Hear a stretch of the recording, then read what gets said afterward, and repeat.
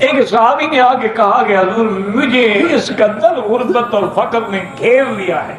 صحابی فرماتے ہیں کہ میں نے جب عمل کیا چند دن گزرے کہ میں تو اپنے علاقے کا سب سے بڑا امیر کبیر.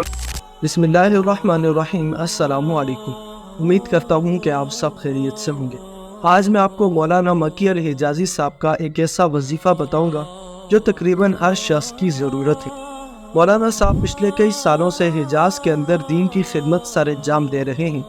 یہ اپنے حلقے کے اندر لوگوں کے اور مسائل کے ساتھ ساتھ ان کو آسان اور مختصر وظائف بھی بتاتے رہتے ہیں.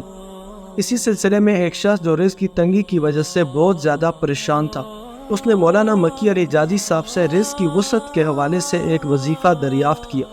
اس کے دریافت کرنے پر مولانا مکی الحجازی صاحب نے اس کو رزق کی وسعت کے لیے مالی حالات کی تندرستی کے لیے ایک وظیفہ بتایا جو حدیث کے اندر بھی آتا ہے. یہ ایک بہت ہی زیادہ مجرب اور مسنون وظیفہ ہے.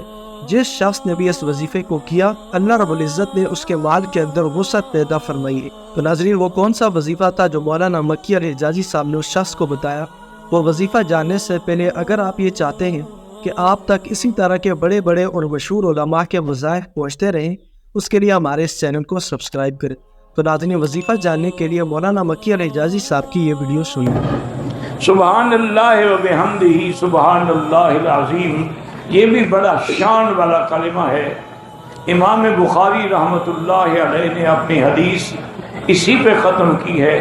کلمتان خفیفتان علی اللسان حبیبتان الی الرحمن ثقیلتان فی المیزان سبحان اللہ و بحمدہ سبحان اللہ العظیم.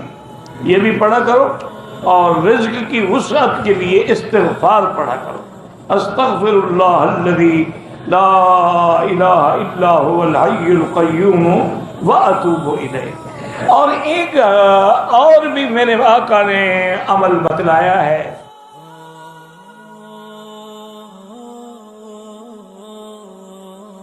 تو ناظرین، یہ ایک بہت ہی آسان اور مختصر سا وظیفہ ہے.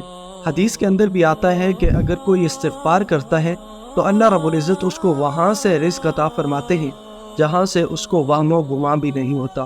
ناظرین، اگر آپ کو آج کی اس ویڈیو سے فائدہ ہوا تو اس ویڈیو کو لائک ضرور کریں اور اپنے دوستوں تک شیئر کر کے ان کو بھی مستفید کریں.